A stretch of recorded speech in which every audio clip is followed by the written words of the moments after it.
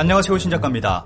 우크라이나 전쟁이 장기화되는 가운데 세계의 이목은 우크라이나로 향해 있습니다. 이 가운데 전 세계에서 우크라이나 상황에 가장 관심이 많은 나라 중 하나는 일본일 것입니다. 전 세계의 우크라이나 지원이 이어지는 가운데 일본 국민들도 우크라이나 지원에 나섰습니다. 그런데 지원이 아닌 민폐라며 논란이 일고 있습니다. 연일 러시아와 각을 세우며 비난하고 있는 키시다 총리의 지지율은 가파르게 오르고 있습니다. 그리고 일본 신문의 일면은 한 달이 넘게 우크라이나 전쟁에 관한 보도가 차지하고 있습니다. 그리고 NHK는 발빠르게 우크라이나인을 위한 일본어 강좌 서비스를 실시하고 있고 우크라이나어 뉴스 페이지도 추가했습니다. 이 가운데 도쿄의 에비스역에서는 러시아어 안내판을 준비 중이라 쓰여진 종이로 가려 논란이 일었습니다. 역 안 안내판은 좌측부터 일본어, 영어, 한국어, 러시아어 4개국어로 쓰여 있습니다. 그런데 러시아어 부분만 갑자기 준비 중이라는 종이를 붙인 것입니다. 우크라이나 전쟁이 일어나고 많은 이용자들로부터 러시아어가 불편하다는 항의가 있었다고 합니다. 역측은 올림픽이 끝나 러시아어를 정리하려고 했다고 설명했습니다. 그나마 한가운데 한글이 쓰인 것에 대한 논란이 일어나지 않아서 다행이라는 생각이 듭니다. 이렇게 일본에서는 거의 모든 이슈와 국민들의 관심이 우크라이나를 향하고 있습니다. 그런데 이런 일본에서 우크라이나 지원 때문에 논란이 일고 있습니다. 힘이 필요한 사람에게 전하고 싶다. 우크라이나 사람들에게 종이약 4,200마리. 일본 국민들이 우크라이나 국민들을 응원하자며 종이약 보내기 운동을 벌이고 있습니다. 기사에서는 사이타마현 유키타시의 한 시설에서 접은 종이약을 소개하고 있습니다. 이 시설에서만 4,200개의 종이약을 접었습니다. 초중고 학생들도 우크라이나를 위해 방과 후 열심히 종이약을 접는 활동을 하고 있습니다. 보시는 뉴스에서는 기우시의 한 복지센터에서 우크라이나를 위해 종이약을 접는 노인들의 모습을 소개하고 있습니다. 시설을 이용하는 고령의 노인들 21명이 지난 3월부터 종이약 접기 활동을 벌이고 있습니다. 심지어는 106세의 할머니도 평화를 기원하며 정성스럽게 종이약을 접고 있습니다. 노인들은 모두 전쟁을 겪어봐서 전쟁의 참혹함을 누구보다도 잘 안다며 우크라이나에서 전쟁이 하루속히 끝나서 평화가 찾아오기를 원하는 마음을 담아 우크라이나에 보내기 위해 종이약을 접고 있습니다.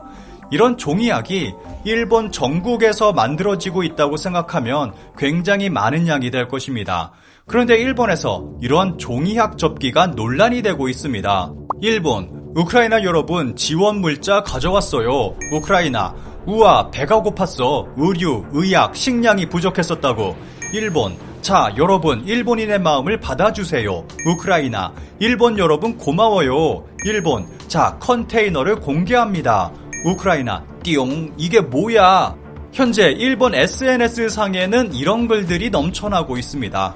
여기에 일본의 유명인들도 굉장히 강한 어조로 비난하고 있어서 더 큰 논란을 만들고 있습니다. 히로유키 씨 종이약 긍정파는 자기 만족, 처치곤란 우크라이나 종이약 운동의 의문, 멘탈리스트 다이고 우크라이나에 종이약 보내는 일본인을 비난, 광기, 그냥 민폐. 비난의 내용을 살펴보면 아무런 도움이 되지 않는다. 이렇게 많은 종이약은 처치곤란 쓰레기일 뿐이다. 좋은 일을 했다는 만족감을 느끼는 것에 불과하다. 일본인의 광기다. 종이약에 사용한 종이 살 돈으로 후원을 해라. 종이약 만들 시간에 아르바이트를 해서 우크라이나로 해외 송금을 해라 등의 의견들입니다. 심지어는 종이약 보내기가 저주를 부르는 행위로 비춰질 수 있다는 의견도 나오고 있습니다. 역시 우크라이나로 종이약을 보내는 것은 그만두는 것이 좋습니다.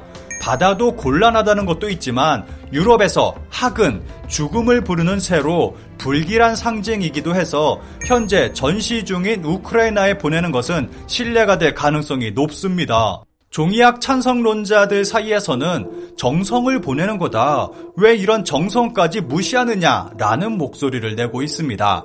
이 영상을 보시면서 아무리 그래도 종이약 좀 보내는 걸로 이렇게까지 비난하는 건 좀 너무한 거 아니야? 라고 생각하는 분들이 있을지도 모르겠습니다. 그렇다면 과거 일본에서 어떤 일이 있었는지 살펴보겠습니다.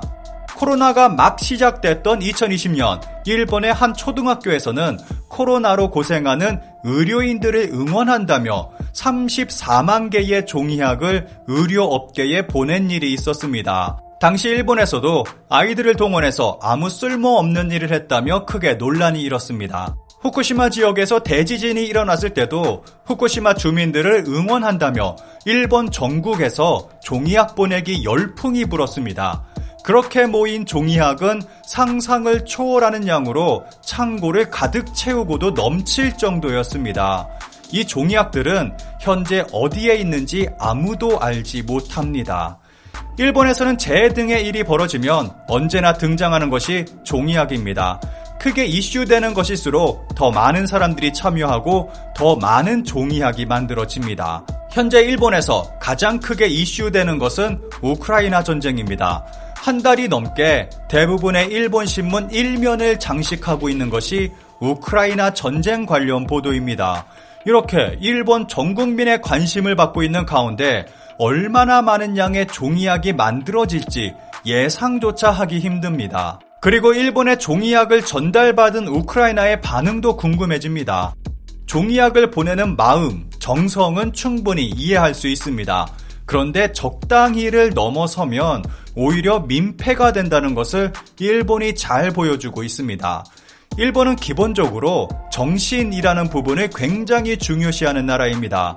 그래서 언제나 이런 논란이 벌어지는 것 같습니다. 관련 기사들은 많이 본 기사 순위에 오르면서 굉장히 많은 댓글들이 달리고 있습니다. 이건 확실하다고 생각했다. 일본 안에서만 우크라이나를 생각해서 종이학을 만들어 평화를 바란다면 좋겠지만 그걸 우크라이나로 보내면 우크라이나 측이 어떻게 해야 할지 몰라서 곤란할 뿐이다. 상대방이 필요로 하지 않는 물건을 주면 결국 그것은 보낸 사람 자기 만족일 뿐이고 종이 접기를 살 돈을 그대로 기부하는 것이 종이학보다 훨씬 우크라이나에 도움이 된다고 생각한다. 예를 들면 자국이 타국의 침략 등에 가족이나 친구가 희생되고 있고 의식주가 곤란하며 언제 어디서 적국의 미사일이 날아올지 모르는 상황에서 멀리 떨어진 나라에서 대량의 종이로 만든 수수께끼의 인형이 도착했다고 했을 때 어떻게 받아들일지의 이야기. 종이학 문제는 동일본 대지진 때 화제가 됐었는데 그때와 다른 것은 받는 쪽에 존재하지 않는 문화라는 것이다. 개인적으로는 재해지에 종이학을 보내는 것에 의견이 갈리는 것은 이해할 수 있지만 우크라이나에 종이학을 보내는 것은 역시 넌센스라고 생각한다. 저도 히로유키 씨 의견에 동의합니다. 현재 풍요로운 일본에 있고 종이학보다 더 직접적인 지원을 할 수 있는데 굳이 지금 종이학을 보낼 이유는 없다고 생각합니다. 동일본 대지진 이재민인 친척이 말했습니다. 마음은 고맙지만 결국 현실적으로 마음만으로는 도움이 되지 않는다고. 지원하는 것은 자기 만족을 위해서인가요? 전쟁이 끝나고 부흥을 목표로 하는 중이라면 마음만으로도 상대에게 힘이 될지도 모르지만 지금 우크라이나는 그런 상황이 아니라고 생각합니다.